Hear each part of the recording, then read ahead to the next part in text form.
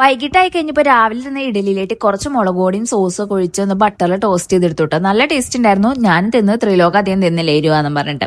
പിന്നെ ഞാൻ അതേ കുളിച്ച് വിളക്കൊക്കെ കത്തിച്ചു. നമുക്കിന്ന് പുസ്തകം പൂജയ്ക്ക് വെക്കാൻ പോകണം ഗൈസ്. ത്രിലോകിന്റെ ആദ്യമായിട്ടുള്ള പൂജവെപ്പാണ് സ്കൂള് പഠിച്ചു തുടങ്ങിയിട്ട്. അപ്പൊ ഞാൻ പറഞ്ഞത് പുസ്തകമൊക്കെ പൂജയ്ക്ക് വെക്കാൻ പോണതിന് മുന്നേ നമ്മൾ വീട്ടിൽ വിളക്കൊക്കെ ഒന്ന് കത്തിച്ച് പ്രാർത്ഥിച്ചിട്ട് വേണം പുസ്തകം പൊതിഞ്ഞത്. ആദ്യം ഞാൻ പേപ്പറിലാണ് പൊതിഞ്ഞത്. പിന്നെ എനിക്കൊരു ഡൗട്ട്, തീർത്തൊക്കെ തളിക്കുമ്പോൾ നനഞ്ഞാലോ എന്ന്. ഞാൻ എല്ലാ പുസ്തകവും ഒന്നും വെക്കണില്ല കേട്ടോ. 2 ടെസ്റ്റും പിന്നെ എഴുതണ ഒരു നോട്ട്ബുക്ക് വെക്കാൻ നോക്കിയപ്പോൾ ഇവന്റെ എല്ലാ നോട്ട്ബുക്സും സ്കൂളിലാട്ടോ. അപ്പൊ പിന്നെ ഞാൻ ഇവിടെ എഴുതിക്കൊണ്ടിരുന്ന ഒരു റഫ് ബുക്ക് പോലത്തെ ഉണ്ട്, അതും വെച്ചുട്ടോ. പിന്നെ ഞാൻ അത് കഴിഞ്ഞിട്ട് ഒരു കവറിലാക്കി. ഞാൻ പണ്ടൊരു ബിസിനസ് നടത്തിയിരുന്നു ഗൈസ്. അപ്പൊ അതിന്റെ കവർ കുറേ ബാക്കി വന്നു. അപ്പൊ പിന്നെ ഊഹിക്കാലോ എന്തിനാ ബിസിനസ് നിർത്തിയെന്ന്.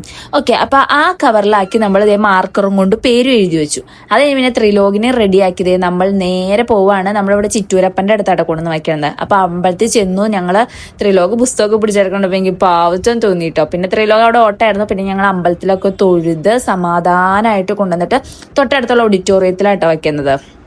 അവിടെ കൊണ്ടുവന്ന് വച്ചു കഴിഞ്ഞിട്ട് പിന്നെ നമ്മൾ ഡാൻസിന് പോവുകയാണ് ചെയ്തത്. ഡാൻസിന് പോയിട്ട് വന്നപ്പോഴത്തേക്ക് ഒരു വഴിയായി. പിന്നെ തിരിച്ചു വന്നിട്ട് നമുക്ക് കറി ഉണ്ടാക്കാനൊന്നും പറ്റില്ലായിരുന്നു.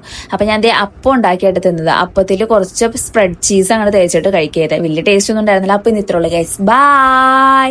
വീഡിയോസ് ഇഷ്ടപ്പെടുകയാണെങ്കിൽ സപ്പോർട്ട് ചെയ്ത് സബ്സ്ക്രൈബ് ചെയ്യണേ. താങ്ക്